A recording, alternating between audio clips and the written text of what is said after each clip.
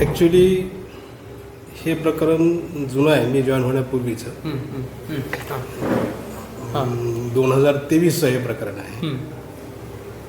ज्यावेळेस ही बातमी लागली त्यावेळेस मी याची चौकशी केली. त्याच्यानंतर आपल्याला असं लक्षात आलं की जी खरेदी प्रक्रिया आहे एक तर शासन स्तरावर होत असते, हक्कीन किंवा प्राधिकरण, आता प्राधिकरण आलेलं आहे त्यांच्याकडनं होते, किंवा इमर्जन्सी असेल तर मग ई टेंडरिंग केलं जातं रिजनल लेवलला, किंवा मग लोकल लेवलला कोटेशन केलं जातं. या 2-3 प्रकारच्या खरेदी असतात. पण कोणत्याही प्रकारची खरेदी जरी असेल तरी त्याला FDA ज्याला लायसन आहे, फूड अँड ड्रग डिपार्टमेंटचं, त्यालाच त्याच्यामध्ये पार्टिसिपेट करता येत असतं. तर आपल्याकडे जे प्रकार झाला 2023मध्ये, तर त्याचं एक्झॅक्टली जे ड्रग त्यानं सप्लाय केले होते ते वापरात चालू होते. पण मीनवाईल आपल्याकडे काय झालं, एक मेटानॉडॉल झालेला रिॲक्शन आली. मेटानॉडॉल ड्रग आहे एक फ्लॅजिकचं, म्हणून आपण ते FDA ला कळवलं की ह्या ड्रगची रिॲक्शन आलेली आहे.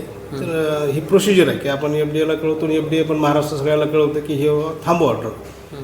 मग त्यांनी ते ड्रग तपासणीसाठी आले होते. ते ड्रग तपासणी मेटानॉडॉल बी घेतलं.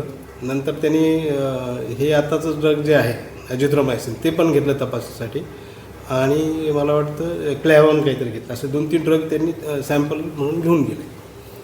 तर ॲक्च्युली त्या तपासणीतून असं लक्षात आलं की त्याची पोटेन्सी नाही आहे त्या ड्रगची. आता ह्या घटना पूर्वी घडलेल्या आहेत निरनिराळ्या ठिकाणी, कारण ते तपासणीची प्रक्रिया आपल्याकडे नाही आहे. आपल्याकडली जी तपासणीची प्रक्रिया आहे ती FDA डिपार्टमेंटकडे आहे, फूड अँड ड्रग डिपार्टमेंट, आणि ह्याने रॅन्डम व्हिजिट करून ते सॅम्पल चेक करत असतात.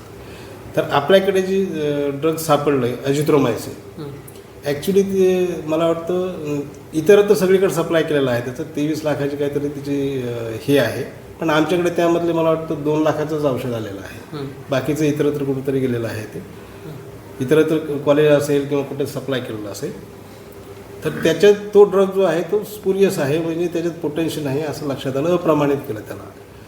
आणि हे जेव्हा नागपूरवाल्याकडनं आम्हाला पत्र आलं, त्यांच्याकडे सप्लाय झालं होतं, त्यांनी पत्र आम्हाला दिलं की ह्याच्यामध्ये असं असं झालेलं आहे. तर आम्ही स्वतः कळवलं ह्यांना फूड अँड ड्रग डिपार्टमेंट की ह्या ड्रगमध्ये असं स्पुरियस आलेलं आहे. ते पत्रव्यवहार पण आहे आपल्याकडे. त्यानंतर त्यांनी त्याची तपासणी पूर्ण जांच करून त्याच्यावर FDA कारवाई केली. पण सर 2 रिॲक्शन येण्याचा भाग वेगळा. मी जे तुम्हाला सांगितलं की ते योगायोग आधी रिॲक्शन आली ते आम्ही कळवलं. मग ते FDA आल्यानंतर ती जी रिॲक्शन आलेला ड्रग आहे तो घेतला सॅम्पलिंगसाठी. त्याबरोबर आणत 2 असं रॅन्डमली 2 ड्रग त्यांनी सॅम्पल करण्यासाठी घेतलात. ते रुटीनमध्ये येत असतात आणि वेगवेगळे ड्रग त्यांना जे वाटतात ते सॅम्पलिंगसाठी घेऊन जातात. पण त्याचा परिणाम असा कुठं झाला का जसं म्हणजे कुठं झालं नाही, असं काही झालं नाही. त्या ड्रगमुळे काही झालं नाही. ज्या ड्रगमुळे झालं होतं आमच्याकडे म्हणजे रिॲक्शन आलेली, ते त्यांनी महाराष्ट्र सगळीकडे बंद करून टाकलं की त्या बॅचचं ड्रग बंद करा म्हणून.